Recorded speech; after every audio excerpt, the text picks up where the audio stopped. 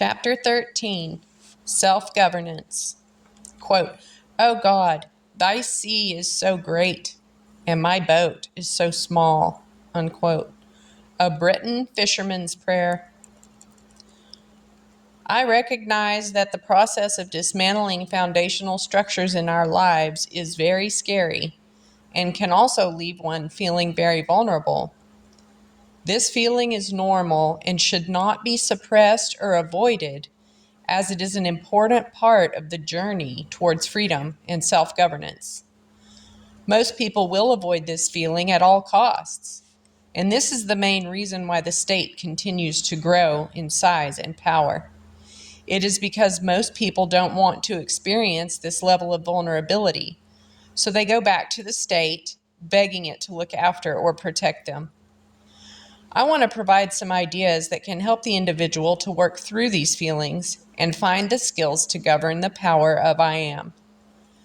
So now that we've dismantled those foundational structures, it is time to build new ones based on the spirit of love, peace, freedom, and prosperity. Now that we can see the spirit of who we are, it is important to build a solid foundation upon which we can live our lives. In the past, we depended on the state, religion, and other external, fictional constructs to tell us the standards upon which we should live our lives. This approach has always failed because we have externalized the moral and ethical standard, and as such, we ended up being completely detached from it. Not only that, but those institutions have also watered down and diminished those standards. However, if we reject the standards that have been codified in statutes, regulations, and church dogma, and instead build our own moral and ethical standard, then we have claimed it for ourselves, and we have a much stronger tool upon which to govern ourselves with. I would suggest that it would also be much higher than what the state could ever get away with, because it must find the lowest common denominator for such standards. It needs to build a box big enough for most everyone to fit in. By establishing our own standard, we have the opportunity to rise well above the standards set by the state or religious organizations. When I declared my sovereignty from the state, one of the first steps I took was to establish my own law form. If I fail to do this, the state can assume that due to lack of law form, I would fall under the default law form of the state. Their statutes and regulations. Narrators aside, that's called the implied trust. What the government enforces is an implied trust. And what we have with the Bible in our relationship with God is an express trust, which supersedes implied trust. So you just have to learn about the differences between those two and how to enforce an express trust. End of narrator's aside. This is a basic principle of trust law that was codified in the 1985 Hague Convention on Trusts. When I established my law form, I chose Matthew 22:37 through 40. Since the fruit of the Spirit is what I want to infuse into my life and how I live it, I felt it very important that I build my foundation on love rather than statutes and regulations. The state never uses the word love in their laws, so I refuse to accept their quote-unquote laws as the foundation of my life. Since holding state documents like birth certificates, driver's licenses, and social insurance cards are evidence that one is at war and holding a military post, it was critical to resign that post and declare peace. Force, no matter the form, against another sovereign is a declaration of war. Peace must be declared and supported at all costs. When I took these important steps, I found that my views of other people had to change. My bias and discrimination toward others was confronted in a significant way. That was further reinforced when I read a book called Rescuing the Bible from Fundamentalism by Bishop John Shelby Spong. This book helped me realize that it is my duty to evaluate everything that I do, see, read, or say about others. Bishop Spong stated in his book, The Word of God in Scripture confronts me with the revelation that all human beings are created in God's image and reflect God's holiness. All human beings means all human beings. All human beings. Men and women, homosexual persons and heterosexual persons, all races, nationalities, and persons of any ethnic background, all communists and capitalists, rich and poor, old and young, religious and non-religious, Christians, Muslims, Jews, Buddhists and Hindus, atheists and agnostics. All persons reflect the holiness of God, for all are made in God's image.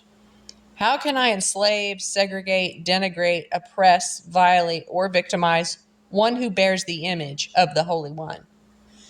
How can one worship the source of being, the great I am, except by having the courage to be the self God created each of us to be? The Christian is the one called so deeply into life, into love, and into being that he or she can say with a Christ-like integrity, I am. Narrators aside, the author of that book needs to learn the definition of the word person, but we know what he meant. He meant individual. Okay, I had to confront myself in how I view the world and especially each other. I know deep in my heart that we all find ways to demonize individuals or groups of people in order to justify our treatment of them. We must go through this process because to recognize the divine would negate our ability to force our will against them. We would not be able to kill millions, take what is in their possession, segregate or exclude them from the riches that we enjoy if we saw them as beautiful, spiritual, divine beings.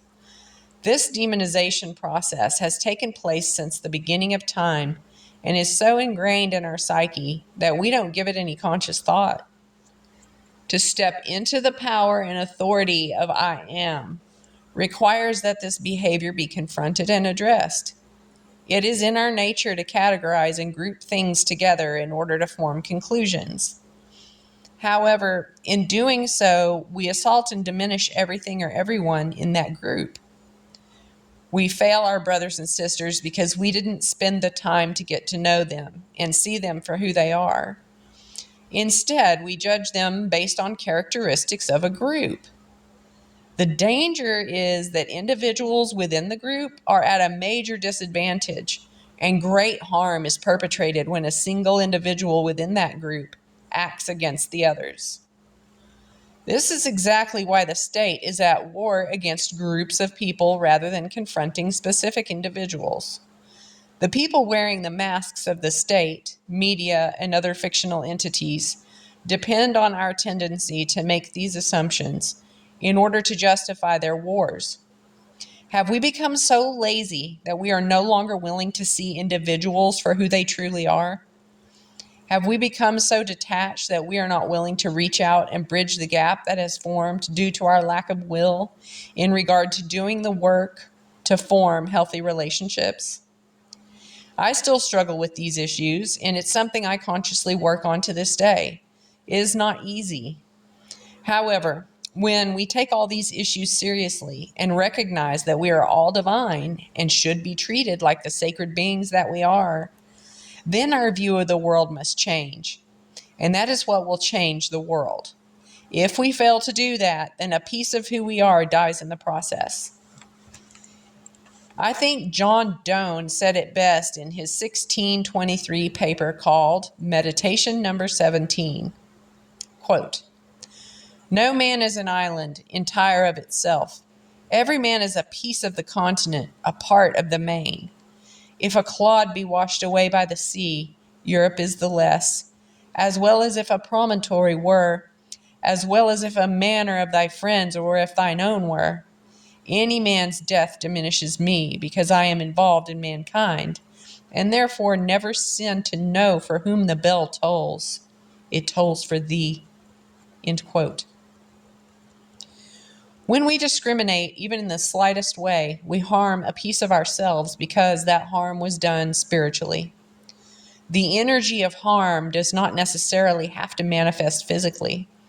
We may have grown up with the saying, "Sticks and stones may break my bones, but words will never hurt me." However, words do hurt because the pen is mightier than the sword since it wields ideas that cannot die. The idea of spiritual harm can be best described with this example. If I lust after a woman, even though I did not touch her, speak to her, or even come close to her, my spirit is what has violated her spiritual sovereignty and divinity. This is a quote. But I say unto you that whoever looketh on a woman to lust after her hath committed adultery with her already in his heart. Unquote. Matthew 5:28. This is where mental discipline comes in. It does not matter how many statutes and regulations the state passes. We must recognize that we are and always have been 100% responsible for our thoughts, actions, and behaviors on all levels of our being. Physical, mental, emotional, or spiritual. Whether we can see it or not, whether we believe it or not, we cannot grant to somebody else that responsibility. We can try to blame them, but the responsibility remains, and all we do is injure others when we blame. In the end, we are always responsible for our own action or inaction. To recognize that all the categories we use are fictions in their own right, we are faced with the reality of facing our relationships one-on-one. These relationships are in constant flux and change. People mature, grow, get hurt, move, change, and even die. Nothing is static. And I wonder if that is why the state is such an attraction for people, because it provides them with some form of stability and familiarity in their lives. Ironically, the state struggles with the full dynamics of our social interactions because the changes are so frequent and complex. And since the state is too large, static, and political, it fails to keep up with those changes. The state is always behind and will never be able to address the dynamics of our relationships. We have outgrown the need for a state, and it is time that we consider other alternatives. The state has grown old and needs to be placed in a museum where it belongs. Well, narrators aside, I think it belongs somewhere else. Anyway, it is not that we are rejecting the masculine in doing so, as the state is not and never did represent the healthy masculine energy. It is harmful and evil. It has served a specific purpose for thousands of years, and it is now time to wean ourselves off the teat of the state and figure out how, as adults, we are going to move forward. So, what would a dynamic, ever-changing group of sovereign, self-governing, balanced, centered adult individuals look like? And how would we be able to resist infiltration and corruption from those who are interested in control, greed, and power? What I found in my research and by talking to others is that there are examples successfully exercised for millennia by indigenous peoples all over the world. These examples show us how we can work together in groups without forcing our will upon another, how we can resolve disputes and protect the individuals and their families. It all starts with the individual, which is a concept completely opposite of the state. When we evaluate our relationships with the order of creation, the Creator being all that is, was, or ever shall be, we end up being next in line. The individual, the I am, is the highest authority and power there is on this earth. But given there are 7+ billion people, that is a lot of power. But nobody has less or more authority because we are all divine spiritual beings. We were not created with the same skills or abilities. So we all bring unique gifts and talents as we live out our lives on this planet. If we view this as an organizational chart, it would look something like this. And there's just a bunch of circles, all exactly the same, that all have the words I am inside the circles. And it's level. It's all in the same level. There's not a pyramid. It's just equality. Each circle is equal to the other. As you can see, nobody has any more or less authority or jurisdiction, as each individual is responsible for themselves. This is very different than our current system, which was best displayed with this 1911 edition of Industrial Worker. created by the International Publishing Company. It was created to show the caste or social stratification and economic inequality created by our modern systems. When a single individual has established and activated their kingdom, it is then up to them to work on forming alliances with others. The most intimate relationship, other than with the Creator or ourselves, ends up being with a spouse or our mate. That first alliance has a good chance of being successful if a number of factors are addressed. The feminine and masculine energies are balanced within the relationship. Each individual respects the sovereignty of the other, and both parties have good communication skills, so nobody gets lost within that relationship. It is hard not to lose oneself in these relationships, and especially to not become codependent. Maintaining independence in this level of intimacy is indeed magical and almost mirrors the union within ourselves between the spiritual and the physical. Remember that the only way to separate the physical and spiritual bodies is for the physical to die. When we enter into unions, it should be taken with equal reverence and seriousness, as the only way to separate the two is through a death. Only the Creator has the authority to make such a determination. Matthew 19:6. What therefore God hath joined together, let not man put asunder. When this union takes place, you now have the power of two sovereign individuals formed together as one flesh to exercise the authority and power within their kingdom. As a king and queen, the royal family is now formed, and the kingdom is occupied by this royal family. It is, was, and always will be the most powerful union on this planet short of the Creator himself. It is the family that has been under attack for thousands of years, as those who engage in evil acts know the power of this union. That is why they usurp the power and authority of this union through their quote-unquote legal marriage licenses. It was an attempt to get their fictional entities as a party to this union, as legal marriages are a three-party agreement where lawfully the Creator intended it to be a two-party union. To return to the lawful union, it requires that the fictional entity be removed. That's very important. Narrators aside, this is very important. Okay, the graphic that he was referring to from the that worker magazine or whatever, it's basically the Masonic pyramid, but it's also kind of like the Tower of Babel. It's like a circular shape pyramid instead of a squared pyramid. So anyway, it just shows the strata of society, the working class on the bottom, the taskmasters just above them, the soldiers above them, the priests above them, and the Elites above them, and Satan on top.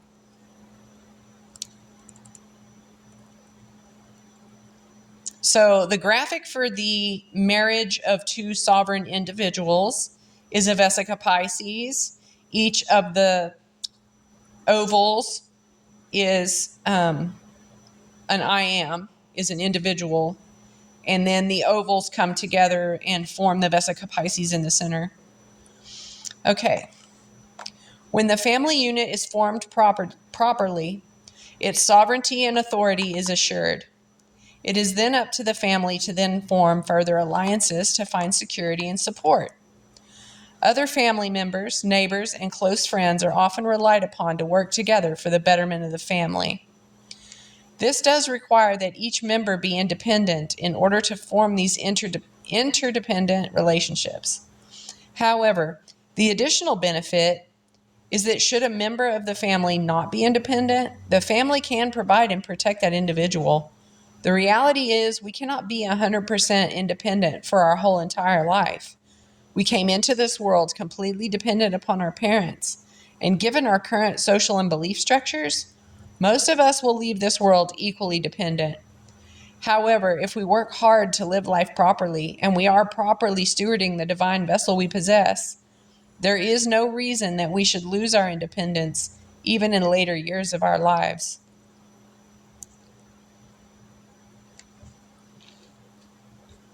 Oh, I wish I would, narrators aside, I wish I would have looked up the scripture where it talks about Moses or Abraham, one of these patriarchs, when it was his time to die, he was very old. And, but he was in such good physical shape that he was able to climb a mountain, that God commanded him to climb a mountain to go and go through his death. So he was physically strong enough and independent enough to climb a mountain unassisted, where he then laid down and voluntarily passed.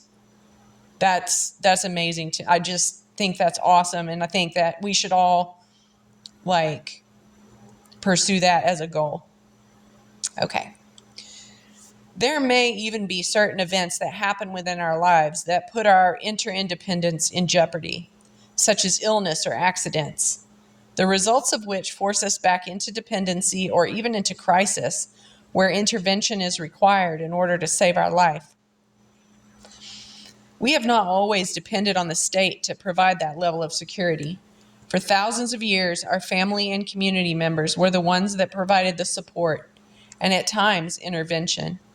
They looked after those who are dependent. That is the duty of the members within that community. By asking the state to do that for us is, in my opinion, an attempt to shirk those responsibilities and pass them on to others. It also explains the rapid growth, power, and influence of the state over the past few hundred years as the state struggles with the huge influx of duties and responsibilities that no one else wants to deal with. Our families can deal with this duty. However, depending on the burden of responsibilities, more help may be required. That is why many families reach out to other families to form clans. The relationships between the individuals within clans are looser and even more dynamic than within the family itself. However, the clan usually has enough people to provide all that the individuals within the clan require to live happy, healthy, successful lives. If not, then clans do work with other clans and form tribes, and many tribes form a nation. Please note that healthy nations, which are fictional constructs, are formed following natural law and the order of creation. What that means is that the people form the nation with all the authority and power resting with the individuals on top, rather than a country formed from the top down where all the power and authority rests with a single individual. And we have a graphic that's basically an upside down pyramid where the I am circles in their Vesica Pisces marriages are the top level, and then the lower level is the clan, and below that is the tribe, and below that is the nation. So it's an inversion. It's a perfect inversion. The state is a perfect inversion of appropriate reality, in my opinion. Okay. Therefore, only the individuals are sovereign, not the clan, tribe, or nation. Those fictional constructs are servants to the people and as such cannot be sovereign. It is this point where I object to several attempts by people around the world to form republics, as they do so by issuing declarations on behalf of the people to form top-down structures. These attempts have no authority or jurisdiction from the people to do so and depend on silent acceptance and participation. This is the basis for the cycle of tyranny to keep forming, as one system is rebelled against only to form another system, set up exactly the same as the first. In order for us to break this cycle, we must find it within ourselves to accept the authority and power within and govern based on that authority rather than some centralized command and control system. Democracy, or even a republic, risks violating the divine sovereignty of a single individual through the will of the majority.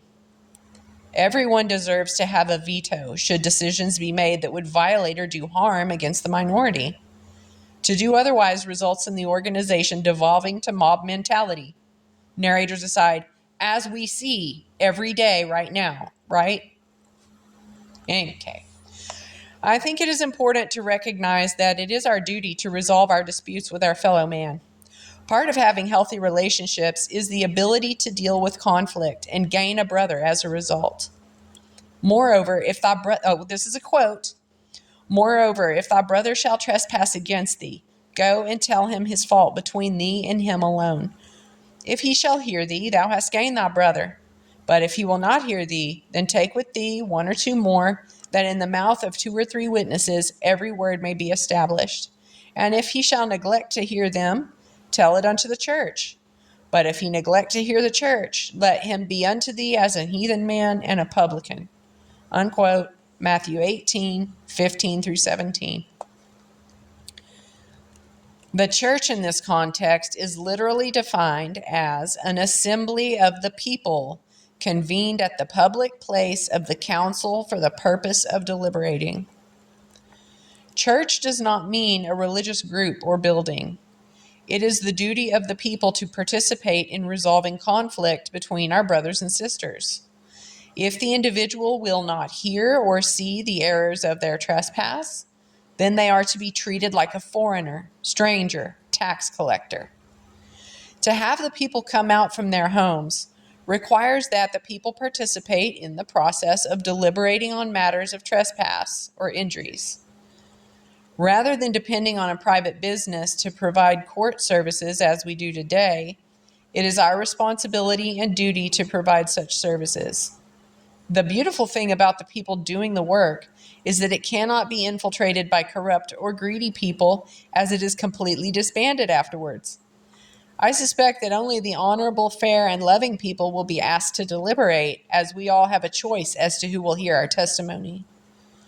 When the deliberation is done, the people go home and get on with their lives. If the matters involve groups of people, then why not convene a group of people from multiple clans? A jury of 12, which holds a majority of a grand jury of 23, could then sit and resolve these issues. If the matter is bigger, then a grand jury would be gathered. The biggest matters involving issues at a national or international level would require a Sanhedrin, which is 71. These are all courts of the people. No judges, lawyers, or politicians, just people. The key point is that at no time is the will of the people forced upon those asking or seeking counsel. No jails, no handcuffs, no police.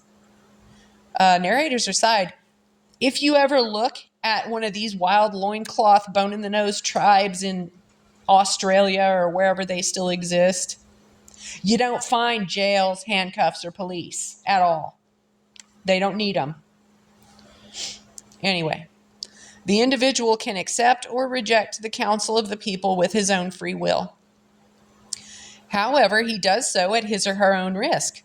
Rejection of counsel may end up with the individual being ostracized from his family, clan, tribe, or nation and turned into an outlaw. After all, I would not want to continue a relationship with somebody who continues to steal, murder, or rape people. However, if he or she has the will to change and better themselves, then let's get to work and help them out. That places a huge burden on people to find creative and meaningful ways to solve problems within their lives. It requires participation and the will to speak up and work on solutions. It also requires the vision to see past the symptoms of the problem, to see the root causes and address them accordingly. It is not easy, and I don't believe it was meant to be easy. We must live our lives and ensure the prosperity of all, including at least 7 generations into the future. We have a duty to ensure the future is protected as well. Albert Einstein said, "We cannot solve our problems with the same thinking we used when we created them."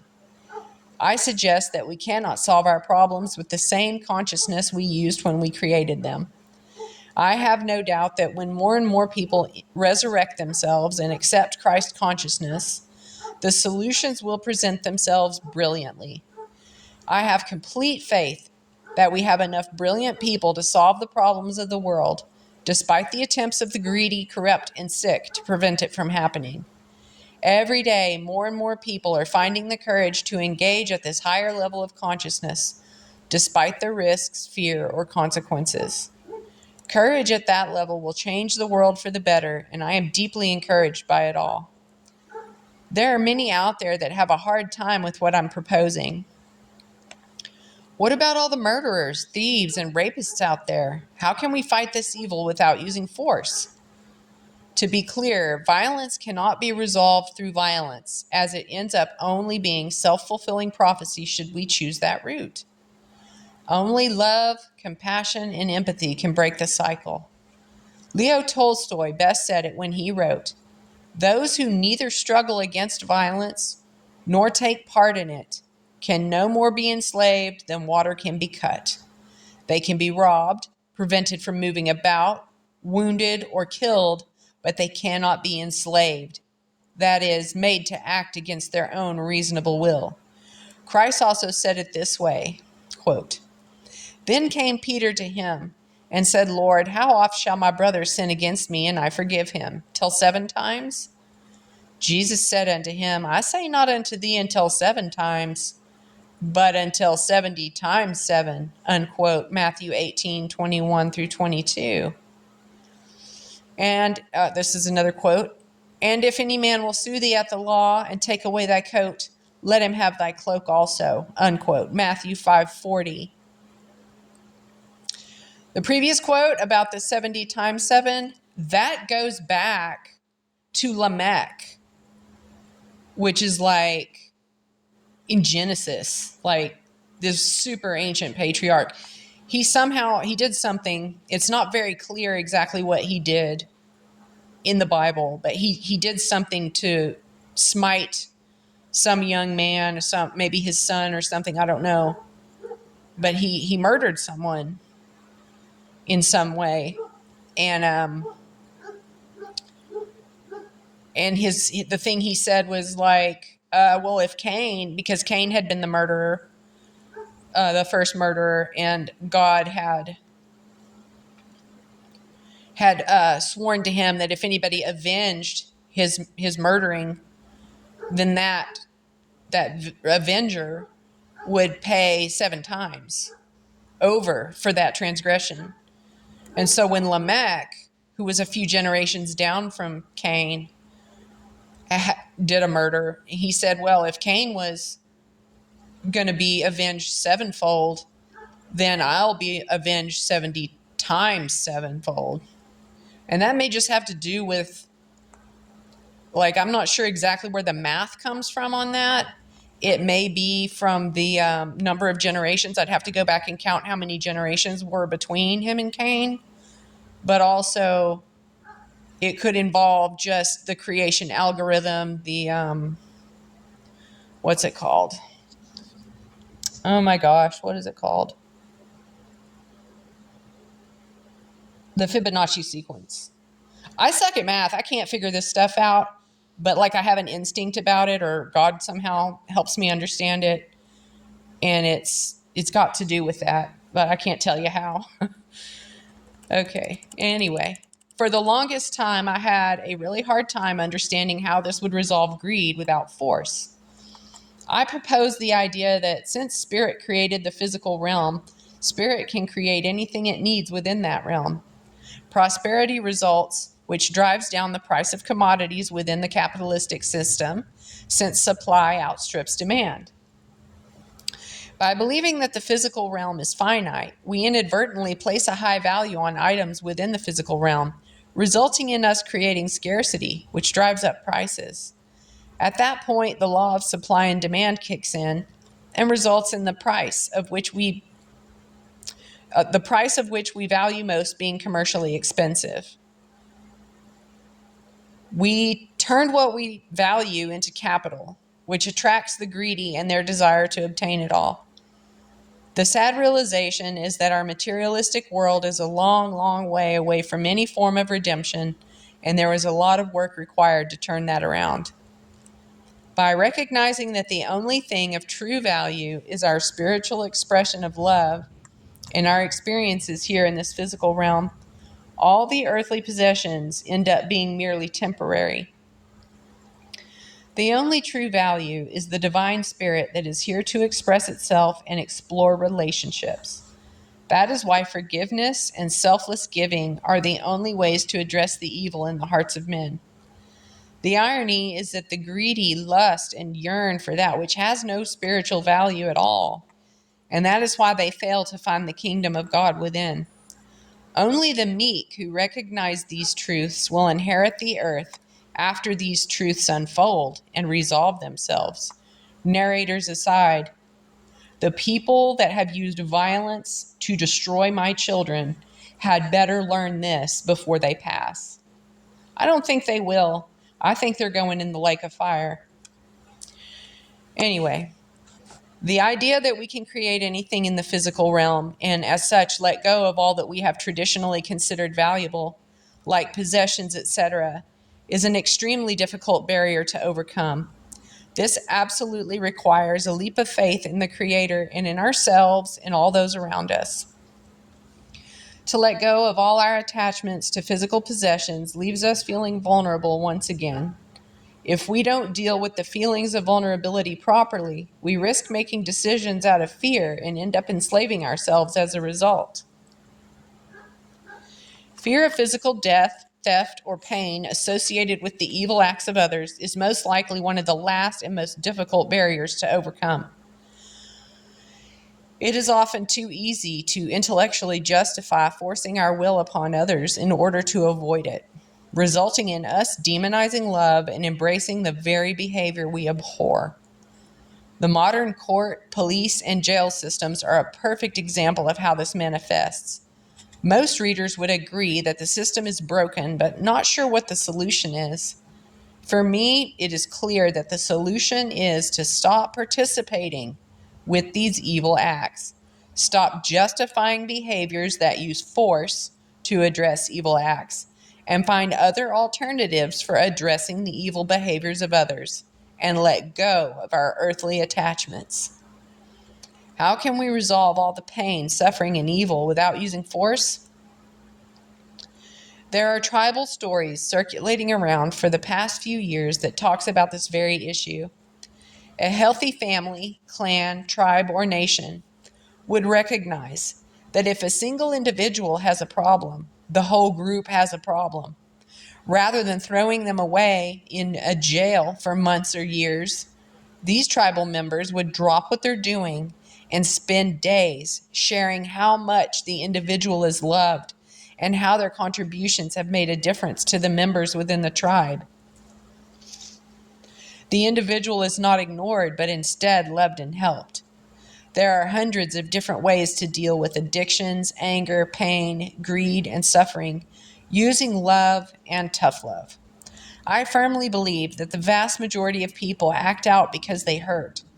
To heal the past will take a monumental effort on all our part, but we need to stop the injury so that we can all heal. Many groups are starting the process, which is very encouraging. To those that want to prevent this, those that want to prevent this have gone to great lengths to convince us that we need the state. But that is not true, as the state can never express love, as it is a fiction. As such, it lacks the capacity to solve the problems we have been asking it to solve. Only the people will have the power, resources, authority, and capacity to do this ourselves. It will be chaotic at first, as many people work out their place in these new relationships. Many individuals will try to take advantage of the chaos in order to obtain more power and control.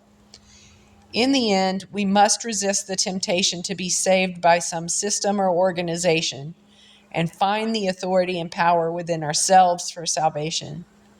I firmly believe that when enough of us get together to form a solid, functioning nation of self-governing, interdependent individuals and demonstrate that this not only works, but can be governed with love, compassion, peace, freedom, and prosperity, then people will be willing to make the transition. Narrators aside, this nation that he's describing used to be called Israel. We have many historical records in the Bible that teach us about the absolute possibility of exactly what White Walking Feather is describing in this book right now. Okay, technology is not going to save us through this process either, as it too lacks the capacity for love. Technology is merely a tool for us to use as an expression of our spirit. To depend on technology to save us is nothing more than idolizing a false god. Many people worship technology, government, corporations, money, etc., but in the end, they are farthest away from their spirit or the Creator. So does this all mean that we just sit back and just let the greedy violate the world? Absolutely not. It is our duty to bear witness and rebuke those who engage in evil acts. In doing so, we were commanded to not bear false witness. So that requires that we observe, watch, record, write, and testify as to all that we witness. As more and more people take up the duty to bear witness against evil, those that engage in evil acts will then be confronted on their behaviors with tough love. It does not require a court of law to do this, as the court of the people is at hand through the power of the pen, backed by the authority and power of spirit. The more people we have engaged in standing as a witness against others, the more difficult it will be for those to keep in the shadows and keep secret their evil activities. The economics of love, prosperity, peace, and freedom is very different than the economics of commerce, scarcity, and greed. It will take time to learn the new economics. Building healthy, vibrant, interdependent relationships based on love and mutual respect and dignity requires the will and the ability to do this work. For all those who have the will and the ability, I stand beside you as a cheerleader to help encourage you along your path. For all those who have the will but lack the ability, I will share all I can to bring the tools and knowledge to you so that you may acquire the ability to do the work. For those who lack the abilities, despite all we can do, the rest of us have a duty to help you in any way we can. However, for all of you who have the ability but lack the will to do it, I send my thoughts and prayers. For until you can find the will, I cannot help. The sad part is that I must watch millions of people go through great disturbance in their lives in order for them to reach a point where they surrender their old ways and acquire the will to change. Nobody can force that process. It must come from within. Let this book stand as my testimony to what I have witnessed so far in my life, and that I love you all.